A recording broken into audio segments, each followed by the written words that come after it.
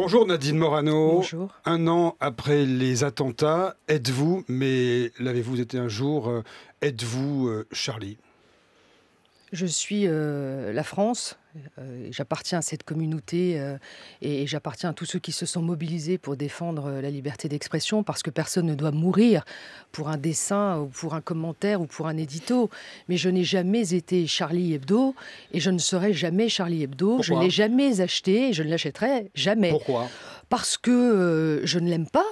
Ce journal, je le dis, je rappelle que Charlie Hebdo a déjà été condamné 9 fois, souvent pour injure, que ses dessins sont souvent humiliants, blessants, inutilement provocateurs.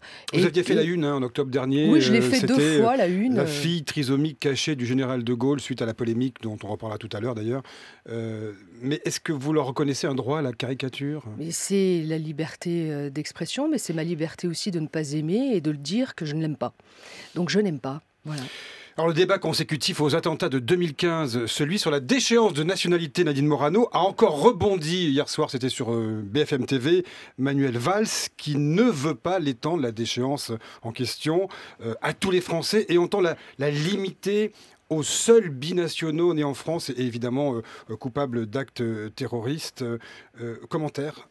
On a l'impression qu'il y a deux choses qui se heurtent. Je trouve ce débat qui dure et qui s'enlise profondément indécent.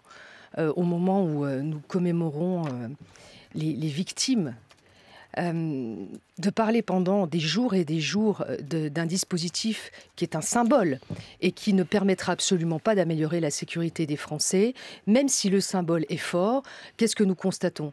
D'abord que ce dispositif de déchéance de la nationalité, nous l'avions proposé en 2010. Vous et les socialistes... c'était l'UMP. Oui, et Nicolas Sarkozy. Et les socialistes poussaient des cris d'orfraie à ce moment-là. C'est une volte-face de la part de François Hollande absolument incroyable. On voit qu'il y a des dissensions à l'intérieur du Parti socialiste, et même d'ailleurs entre Manuel Valls et François Hollande, il faut le dire, on n'y comprend rien, c'est la cacophonie. Mais je trouve cela indécent parce que, voyez-vous, quelqu'un qui fait un acte terroriste et qui tue des Français pour le simple fait qu'ils sont français, s'exclut de facto de la communauté nationale.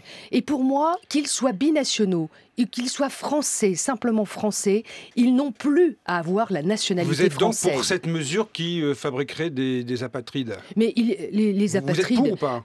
Mais je suis pour. Je suis pour que un Français, qu'il soit binational ou pas, qui a commis un acte terroriste et qui a voulu tuer, qui a tué des Français simplement parce qu'ils sont Français et qu'il méprise et qu'il déteste la France et qu'il déteste les Français, n'a plus à avoir la nationalité française. Le débat agite les Républicains. Vous étiez en bureau politique hier. Il y a là aussi des dissensions. Hein. Oui, alors nous avons tranché sur un texte que j'ai d'ailleurs voté, même si il n'était fait état que de la binationalité. Pourquoi ? Parce que dans ce texte, nous réclamions, et à juste titre, une commission d'enquête parlementaire pour savoir et pour que les Français sachent ce qui s'est passé depuis un an dans notre pays, qui a été l'année 2015 a été une année du terrorisme. Vous voulez une commission d'enquête parlementaire Bien sur quoi? sûr. Sur quel thème? Mais pour savoir ce qui s'est exactement passé, les failles de nos systèmes de renseignement, ce qui se passe en ce moment sur l'état d'urgence, nous avons besoin de faire la clarté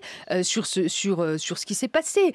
Parce que, voyez-vous, on parle de Charlie Hebdo aujourd'hui, l'hypercachère demain, Clarissa Jean-Philippe après-demain, on pourrait parler aussi d'Hervé Cornara, dont on ne parle quasi jamais, mais qui a été décapité sur le territoire français. À Saint-Quentin-Fallavier. Voilà, on pourrait parler de l'attentat avorté dans le Thalys et avorté grâce aux passagers. Donc l'année 2015 a été une année de peur et de frayeur sur le territoire français et on a toujours le même ministre de l'Intérieur. Je suis désolée, mais avec un résultat pareil dans n'importe quel autre pays, il y aurait eu des modifications. Vous demandez sa démission ? Mais moi, je l'avais demandé après... Mais vous la redemandez ? Moi, je trouve étonnant qu'il soit encore en fonction, si vous voulez. Alors, il paraît bien, hein, c'est vrai qu'il s'exprime très bien, mais les résultats sont extrêmement médiocres. Enfin, les Français ont peur, ont toujours peur. Alors, François Hollande fait du paraître, est constamment dans des actions de communication, mais n'est pas dans des actes concrets de politique qui permettraient permettrait de mieux assurer actes la sécurité des Français. Mais écoutez, d'abord, moi je me réjouis qu'enfin on prenne le problème aussi à la source, à savoir aller attaquer Daesh, que j'ai réclamé depuis des mois. Maintenant, il y a une coalition internationale pour aller frapper Daesh. Mais pendant un an, que s'est-il passé? Voyons, quelles mesures ont été prises quand on voit à quel point la sécurité devant Charlie Hebdo a été allégée, alors que nous savions, c'est les services qui le disent, que c'était une cible pour les terroristes. Le Bataclan également, quand on voit qu'il n'y a pas eu assez de mesures de sécurité, la DGSI disait qu'il y a plus d'une centaine de mosquées salafistes dans le pays. Combien ont été fermés? Quand vous voyez la Tunisie qui a fermé des mosquées salafistes, quand vous voyez ces pays qui prennent des mesures fermes, regardez le port de la burqa dans notre pays, le port du voile intégral, où on voit ces femmes se promener sur le territoire de France alors que la loi n'est jamais appliquée. Appliquons les lois déjà. Ça n'en fait pas des terroristes.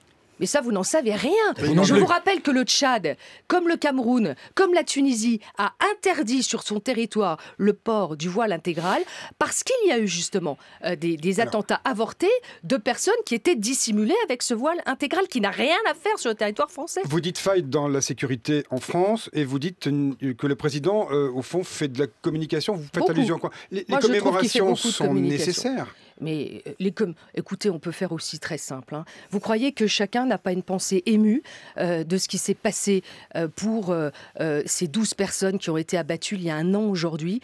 Vous croyez que les Français ne sont pas meurtris à penser à tous ceux qui ont perdu la vie, ces 130 personnes qui ont été abattues en plein Paris au Bataclan et sur les terrasses des cafés? Vous croyez que les Français ne pensent pas à ces 350 blessés dont on ne sait pas encore s'ils vont pas avoir des séquelles à vie dans leur chair et dans leur âme? Vous croyez que les parents sont rassurés de laisser partir leurs enfants à un spectacle ou à un festival? Mais on a tous des angoisses quand nos enfants nous disent moi je vais aller à tel spectacle ou à tel festival. Il faut prendre sur soi parce que il faut continuer, mais on attend de l'État à ce qu'il prenne les mesures de protection nécessaires pour tous les Français. Mais les commémorations, Nadine Morano, dont vous parlez, au contraire, elles ont été particulièrement sobres. Il y a eu une plaque qui a été dévoilée avant-hier. Aujourd'hui, il ne se passe rien justement parce que c'est le jour anniversaire de la tuerie de Charlie et qu'on a voulu que les familles puissent vivre ça tranquillement. Il y aura effectivement la place de la République dimanche. Mais au point de vue commémoration, vous avez le sentiment que le président de la République en fait trop, se montre trop, communique trop là-dessus ? Je trouve que il communique trop sur ces sujets et ne communique pas assez sur ce qu'il prend comme mesure pour assurer concrètement la sécurité des Français. Encore une fois, cette déchéance de nationalité dans laquelle le Parti socialiste et les gouvernants actuels qui ont la main s'enlisent alors que nous n'avons pas besoin de constitutionnaliser la déchéance de nationalité, il y a juste besoin de changer la loi. Mais ça, ils sont toujours en retard, ils n'agissent pas et on s'enlise alors qu'il y a des graves problèmes dans notre pays, sur l'emploi, sur beaucoup d'autres sujets. Alors, Nadine Morano, les questions de sécurité sont au cœur de cette rentrée 2016. On a vu Alain Juppé qui publie un livre consacré à ce sujet. 2016, année de la primaire à droite. Question, vous êtes toujours candidate à la primaire chez Les Républicains? Oui, j'ai décidé de participer à ce débat et comme vous le savez, j'ai jamais été une fan de la primaire parce que ce dispositif, et encore, le Parti socialiste a passé 2 ans à organiser la primaire. Nous, ça va être dans quelques mois et je trouve cela encore sur l'organisation assez flou, je dois dire. Mais je participerai à ce débat. Oui, la première femme candidate à droite pour la présidentielle. Je serai candidate à la primaire. D'ailleurs, pour tous ceux qui... Vous savez qu'on a besoin de 2500 parrainages. 2500 parrainages. Et 250 parrainages d'élus locaux et 20 parlementaires. Vous savez que j'ai lancé, évidemment, ceux qui nous écoutent, beaucoup déjà m'ont apporté leur soutien chez les Républicains, mais ceux qui souhaitent me parrainer peuvent le faire très simplement en allant sur le site jeparrainemorano.com. Vous voyez, c'est très simple. Jeparrainemorano.com, tout attaché. Jeparrainemorano.com et vous avez un bulletin. C'est limpide. C'est limpide. Vous avez un bulletin de pré-parrainage parrainages à remplir en ligne. Et si vous souhaitez avoir une personnalité différente de ce qui incarne, au fond, ce que les Français ont en face d'eux depuis 30 ans, je pense que franchement, et ceux qui ont incarné le renoncement, enfin, si on n'a pas un peu un renouvellement de la vie politique, de nouveaux profils, de nouveaux visages, on se dit, mais c'est toujours les mêmes. On les voit depuis 30 ans. Alors, ceux qui disent ça, souvent, ils se tournent vers Marine Le Pen. Vous savez qu'il y a une bande dessinée qui s'appelle La Présidente, qui a été écrite par François Durper et Farid Boudjelal pour le dessin, dans laquelle Marine Le Pen est présidente, et elle vous nomme ministre de la Famille. Le Premier ministre, je crois que c'est Gérard Longuet, qui retourne à ses premières amours. Est-ce que c'est un scénario, ça vous fait rire, mais est-ce que c'est un scénario qui est crédible ou pour vous, c'est jamais ? C'est jamais. Pourquoi ? Parce que je respecte évidemment tous ceux qui votent pour le Front National et qui en ont ras-le-bol de ce qu'ils vivent aujourd'hui. Mais en même temps, le programme économique de Marine Le Pen est totalement irréaliste et emmènerait la France à la faillite.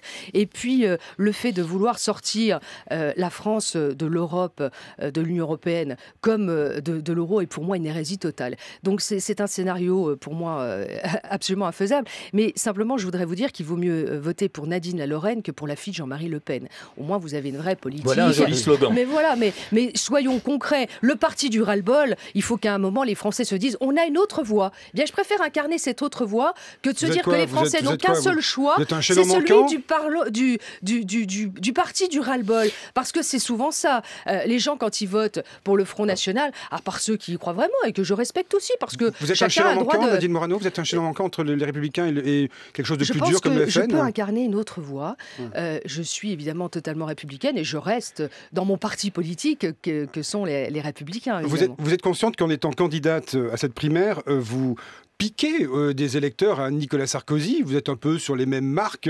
Lui-même qui vous avait exclu des régionales pour la France, pays de race blanche. On ne va pas refaire le film. Non, ne le refaisons pas. C'était tellement grotesque. Vous savez que vous êtes sur ces marques. Est-ce qu'il vous reparle ? C'est vrai que nous partageons. Est-ce que vous l'inquiétez ? Nous partageons. Il vous reparle ou pas ? Nous partageons beaucoup de visions politiques ensemble. Mais je pense que si la primaire qui a été choisi par mon parti politique, doit se contenter ou se cantonner à avoir uniquement les mêmes candidats qu'on voit depuis 30 ans, c'est-à-dire M. Fillon, M. Juppé et M. Sarkozy, c'est pas la peine de faire une primaire ouverte. On n'a qu'à faire une primaire à l'intérieur des Républicains, on choisit le meilleur candidat et basta.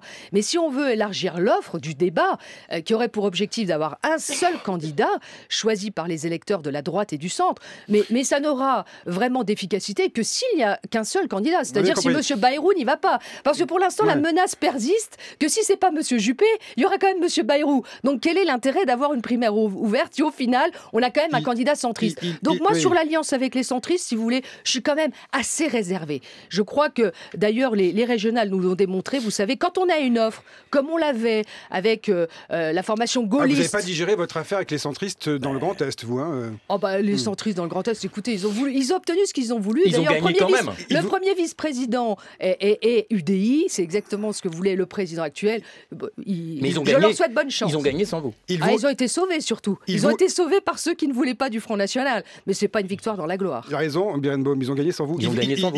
Ils vous mais au premier tour, vous savez, au premier tour, je pense qu'ils ont reçu une bonne leçon, et notamment dans mon département où la candidate qui était tête de liste est arrivée en 3e position. C'est pas très glorieux. Répondez, Nadine Morano. Je réponds, monsieur Achille, et non, monsieur El Kabbach. Il vous reparle, Nicolas Sarkozy, ou pas ?